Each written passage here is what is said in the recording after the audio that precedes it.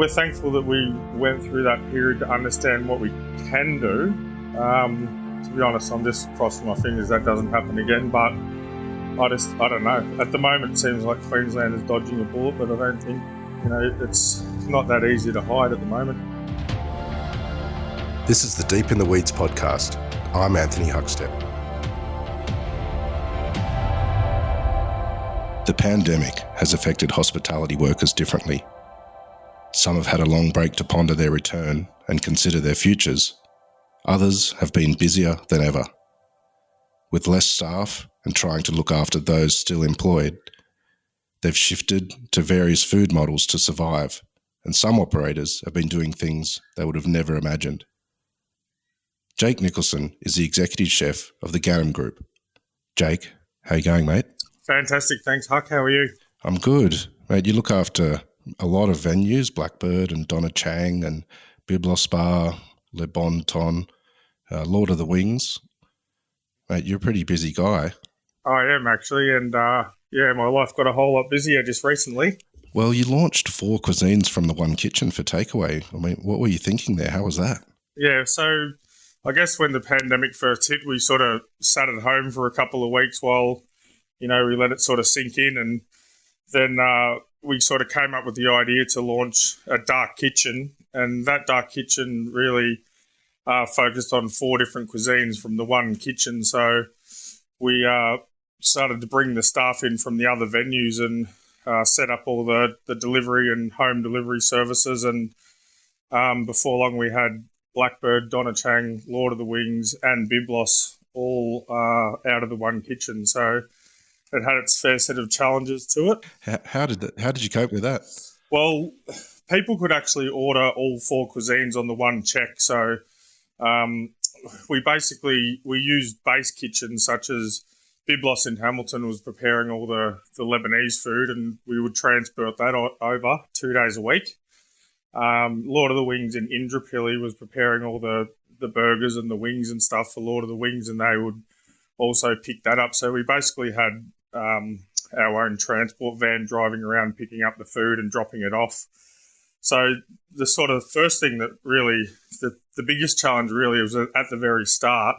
The chefs were sort of texting each other saying, things like, I need some more garlic parmesan, or I need some more fried chicken wings, or I need some more kibbeh and stuff like that. And so I had to create an online sort of a drive where the chefs could communicate to each other and understand like what each other needed to order and things like that. So there was a lot of movement around, obviously outside of the kitchen, but inside of the kitchen I just sort of created 4 separate areas where each one of the cuisines were taken care of there. So first of all, we were sort of going in there expecting to be doing lots of cleaning, and the bosses sort of said, well, if it doesn't take off, at least we can get the place spick and span and, ready for relaunch. But on the first day, we turned those machines on, and, you just wouldn't believe how much fried chicken someone wanted to eat at 11 o'clock in the morning.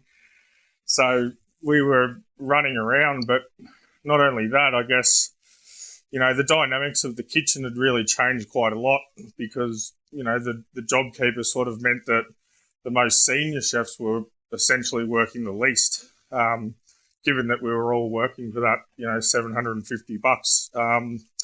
It was sort of, the value was pro rata compared to how many hours you could work. So, generally the head chefs are all sort of working between, 10 and 15 hours, but the apprentices, of course, were able to work about 40 hours a week, but it just meant that the kitchens weren't, running as efficiently and obviously as dynamic as possible. So it meant, I guess, that people like me ended up, receiving all the goods and cleaning the fryers and doing that. So I think my first thought really was, okay, I'll sort of write all these menus and, I'll probably do my 1 day a week or whatever. And I sort of thought on the way in, well, just because I'm getting paid a lot less money doesn't change the chef who I am. And that's when I just sort of put my head down and went for it, because it was just a matter of sort of fighting to keep the business alive. And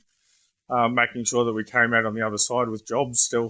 What were the biggest challenges in the initial stages of that dark kitchen operating, given that you had to throw yourself in it so much? Well, I think, obviously when the businesses first closed down, we were sitting with a lot of debt, a lot of supplier debt. We owed people money, like I guess most businesses did. So essentially we were, trying to make a little bit of money and, pay on a sort of a cash on delivery basis. So even though we were, quite a large company, we still were faced with the same problems of, a smaller business. So, we were kind of ordering our supplies and, just, I guess, turning the kitchens back on alone.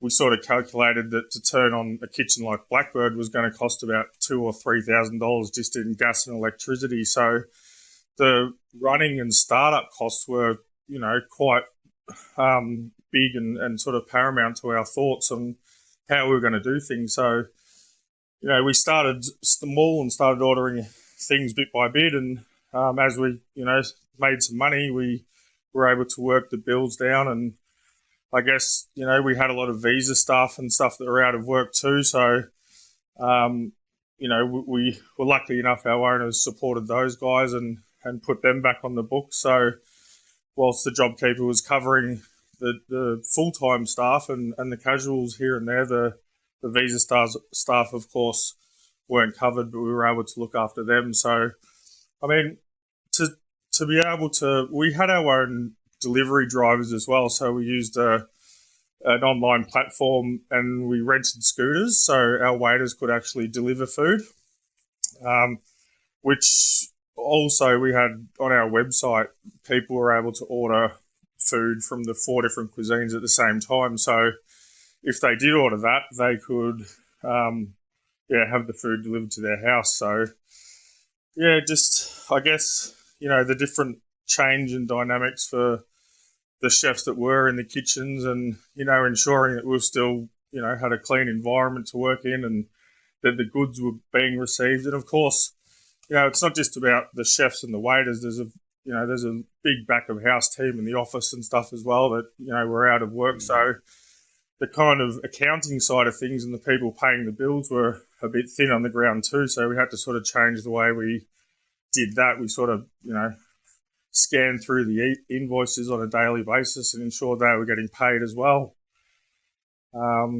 So I guess, another challenge would be that the restrictions, they kept on swinging around. So, 1 minute we sort of had a lot of functions and stuff booked, and then, I think the larger functions started to cancel away.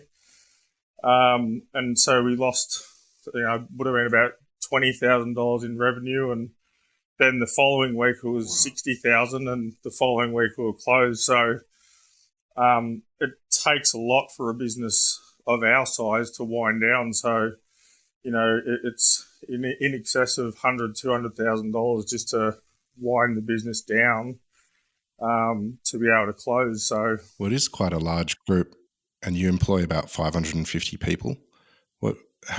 What was the impact on the staff? Well, I mean, obviously no one had ever dealt with something like this before, so everybody was really just quite confused. And I guess, we were sitting in a meeting as the senior managers, and, the bosses sort of said, well, everybody stood down, and we sort of went silent for a while. And I said, including us? And he's like, yeah, including you guys. And we made announcements to the staff, and we obviously had fridges full of food, like stacked full of food. So we were able to, give out as much food as we could to the staff, and we actually packed up a lot of food and took it off to some of our regular guests and things as well. I had people working for me that they ran their own sort of outside catering businesses. So strangely enough, I had companies calling me and they had stock sort of sitting at the airport, in fact, and they weren't able to sell it. So they were just donating, like I had some beautiful king salmon that a company donated to me, and I took it round to my friend's house, and he was able to, cook some home-cooked dinners and gave him some lamb shoulders and things, and he was able to keep his business alive that way, and he's still doing that quite successfully now, which is good. And then, yeah, the visa stuff. I mean, we all sat really, in that sort of the unknown for a few weeks, and then, then the online, the takeaway platform started launching, and we found ourselves more busier than ever then. When the first shutdown happened, do you remember how you felt at that time? Well, I just couldn't believe that, the world would never need a chef. I really did think that, my position was, pretty solid, and that, you would always need a cook, you would always need restaurants, and, it really caught me by surprise. So I guess now in hindsight, it's something that I don't take for granted, being employed. And when you're sort of sitting at home for a little while, just thinking what the future of the industry is going to be, it's, you do contemplate a lot of things. So yeah, it was pretty frightening, and then it still is pretty frightening. It's we're constantly having to adjust to different restrictions and a different way of life. So things have changed, and the industry alone has constantly had to, especially in Queensland, we've had droughts and bushfires and all these type of things that we've constantly had to manoeuvre. So it's the pressure really has never been so high. It's I think what's being asked of some senior managers and chefs like myself is fairly demanding, and you have to be in a good mindset really, and try and stay positive to try and ensure that we can come through okay. How have you dealt with the pressures of this situation? I know that you've had your own personal challenges, and you've been sober for 12 months. What's this period been like, and what led you to give up drinking over that period of time, the last 12 months? Well, I guess, I was a young chef. I grew up in country Victoria and moved to Dalesford to work at Lake House, just after I turned 18. And I, like many of us, travelled to London when I was a bit younger and cooked over there. And I really sort of, grew up with that work hard, play hard sort of mentality. And sort of, when I got a bit older and had a young daughter, that work hard, play hard mentality just doesn't really cut it anymore. And I sort of reached the point where I needed to make just some decisions about, my life and my personal health. And so gave up the booze 12 months ago. And, it's been good. And I think, during that period, I couldn't imagine doing it any other way. I mean, I understand why, there's certainly been a good reason for a drink at the moment, but for me to be completely sober has been a massive benefit for me, because the way I see it, every 2 or 3 hours now we're dealt with a massive blow, and to be able to keep a good mindset, and not just for myself, but there's a lot of people, and there's a lot of young chefs in my kitchen, and a lot of people that need guidance and stuff through these times. So if I can be in my best sort of physical and mental state, then it really helps those people too. What sort of pressure are you feeling to be that role model for all of your staff? It's such a big group, and you're being forced to look out for everyone and also the business. What's it been like for you looking after the younger staff? Personally, I find it very challenging because, I understand where the younger staff have come from. And it's not just the younger ones. There might be, mothers and things like that whose partners have lost their jobs. So, previously, pre-COVID, they were sort of working 2 days a week. And, suddenly to sort of earn that JobKeeper, they have to, bump up over to, 25 or 30 hours. So, their kids are sort of no longer in care, and or maybe they're being cared by the dad, and they're working a lot more than they have before, just to sort of make ends meet on their end. So I guess, there's a lot of younger ones that are, it's quite easy to sort of fall into that, work hard and play hard. I mean, as chefs, we always work towards, the knockoff drink at the end of the night. And, when, I guess, at this stage, when those knockoff drinks, become something more than that, or there's no real rhyme to the reason, then I think it's important to try and keep a level head. So for me, like, I sort of tackle each individual as I can, and just sometimes people need support than others, but I think that there is always going to be a way through. It's not without its challenges, but as long as I'm feeling personally like I can be the best role model for them, then I think that I'm doing the best I can, and I'm happy with that. You might be part of a big group, but you've always been passionate about small producers and quality produce and championing them.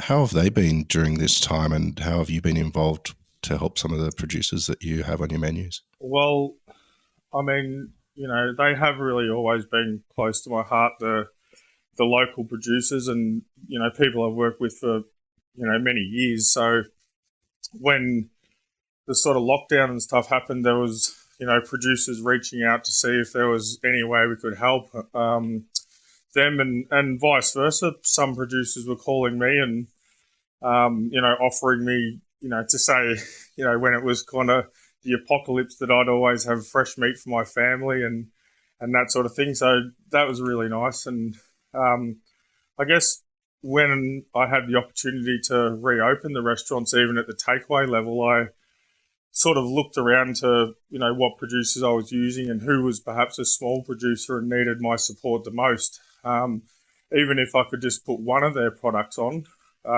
such as, there's a local guy here that makes beautiful handmade burrata. Now, if I could put that on my menu, it means that his business can keep on going. And, even if he gets $1,000 or $2,000 a week, it means his family's going to be able to eat.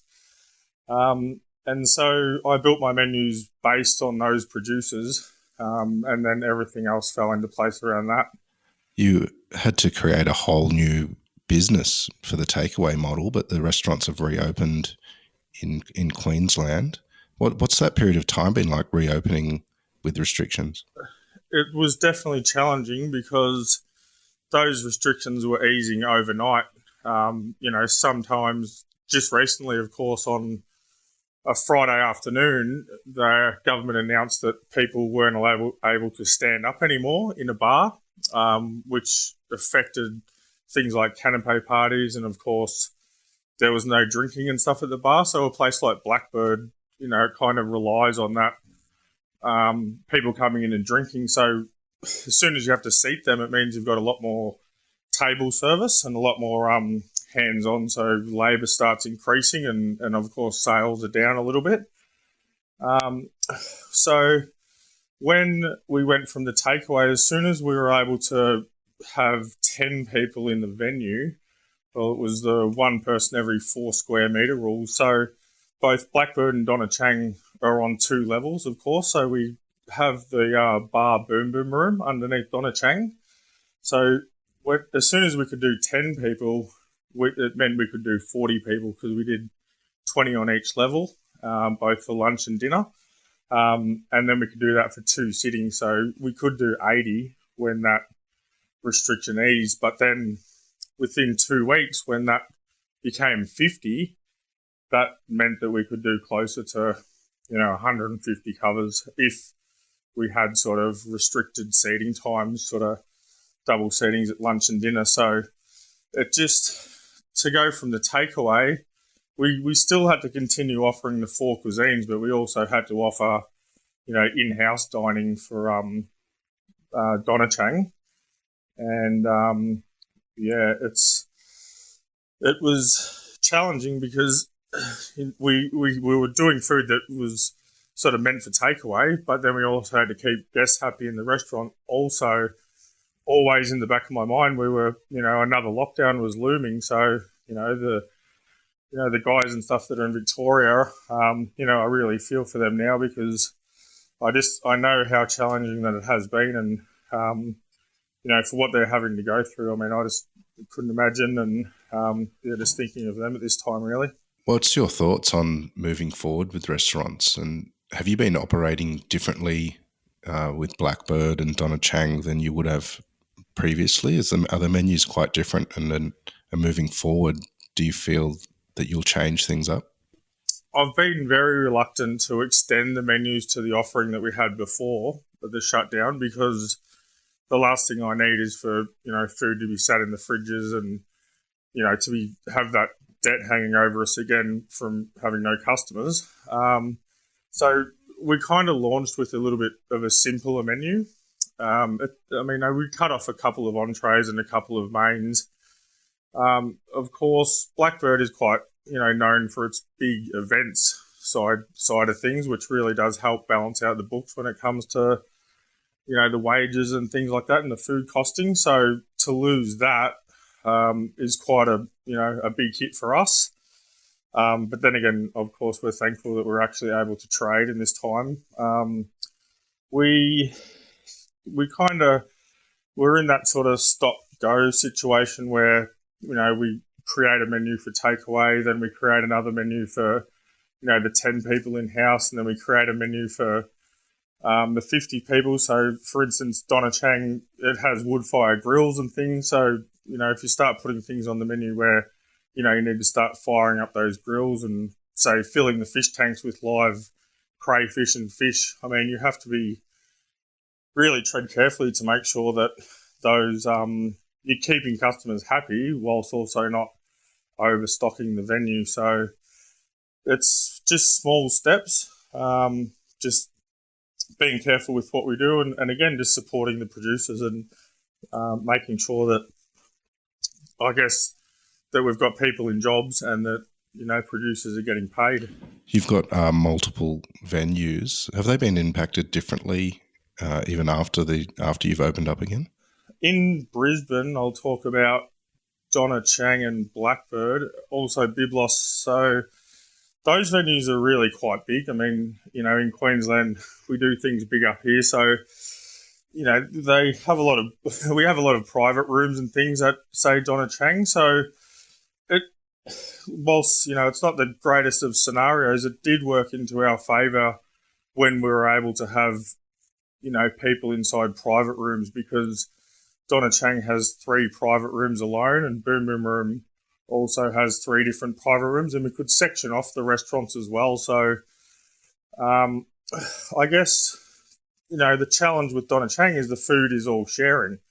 It's Chinese style food, so we have to make sure everyone has their own share cutlery. Obviously make sure that there's sufficient spacings between the tables. But so that's kind of worked okay, because we hadn't really rehired all the staff. We hadn't really rehired new staff. We were just running on skeleton staff. So we were busy enough to keep us maintained, really. Of course, in Melbourne is a completely different story. They totally shut down. But what we did in Melbourne was we took Biblos, which operates out of South Wharf, and we moved that to Le Bon Ton. So Le Bon Ton is an American barbecue. Excuse me. And we ran 2 cuisines out of that kitchen. So that's how we really sort of dealt with that one.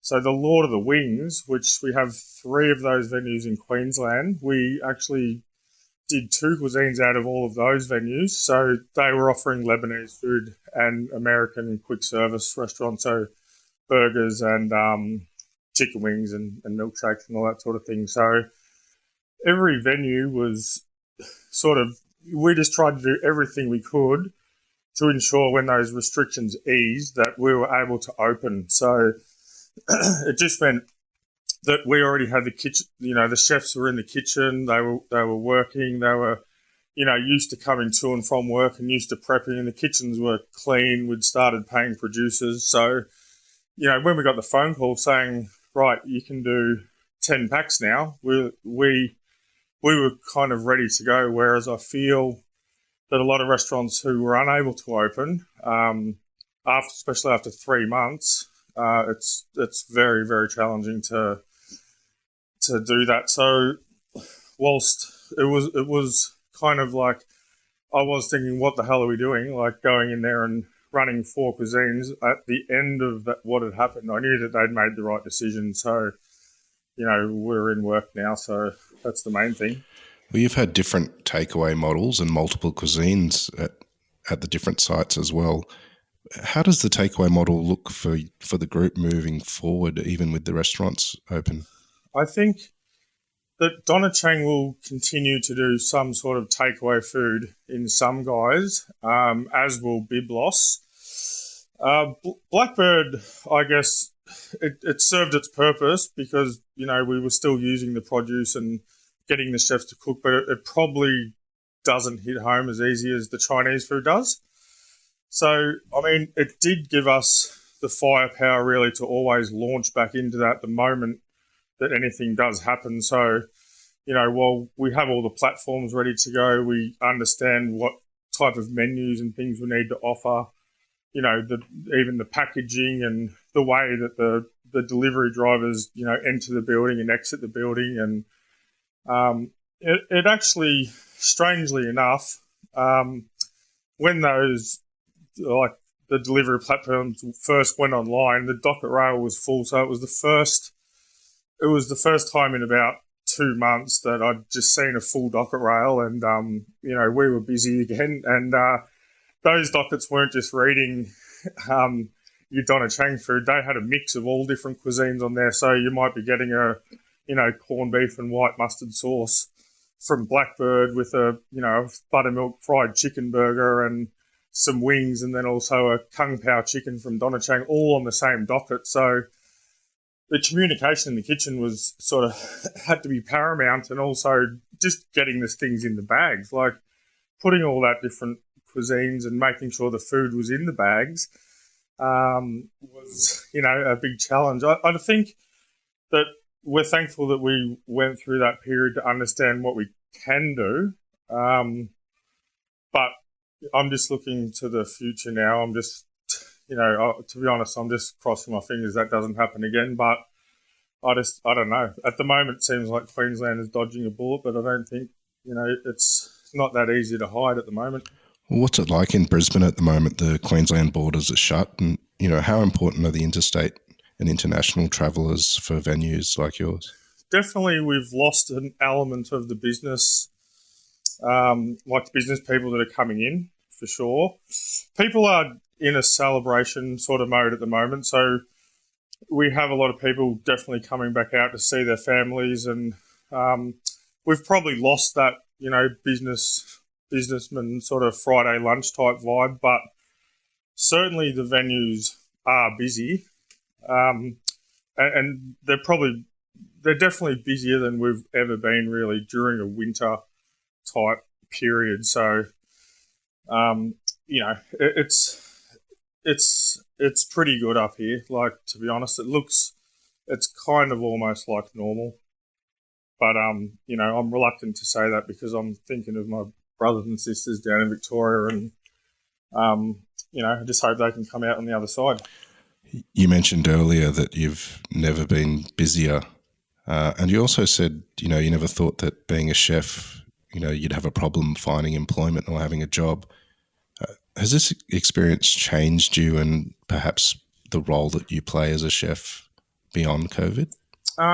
Yeah, I mean, I appreciated the time that I had home with my family. It was only for about 3 weeks. So I just, I really did think that I would never be out of work. I've got a good enough resume, and, I'm passionate about what I do. So when we first sort of heard of COVID and the Chinese restaurants started closing, or people weren't going there, so they were struggling. I thought I will be okay here. It's we're in the middle of the city, and we started getting a couple of bigger groups cancel because Donna Chang, of course, is Chinese, and strangely enough, Biblos is actually where the cruise terminal is in Brisbane. So we started getting people calling up and asking who was on those boats and, cancelling and that sort of thing. So it was a little bit sort of frightening, I guess, at the start. But then, of course, the reality set in. We didn't have any customers. But yeah, I mean, I think that, I don't take my position for granted. I think that I have a job to do to, ensure that the industry comes out strong on the other side. It's not just about Brisbane, it's about the entire country. And, I don't know exactly what it is I can do right now, but, I'll do everything I can to make sure that the industry sort of can bounce back from this in any way. You mentioned that, the circumstances, it was good to find out what you're capable of in regards to a takeaway offering as a company, but you yearn for the restaurants to be back to normal. When the restrictions do ease and it's all back to normal, what are you most looking forward to? I'm just looking forward to, being able to work with the producers closely and, focus on retraining the young ones in the kitchens, trying to get, I guess, a good work-life balance, which is, I think, really quite important.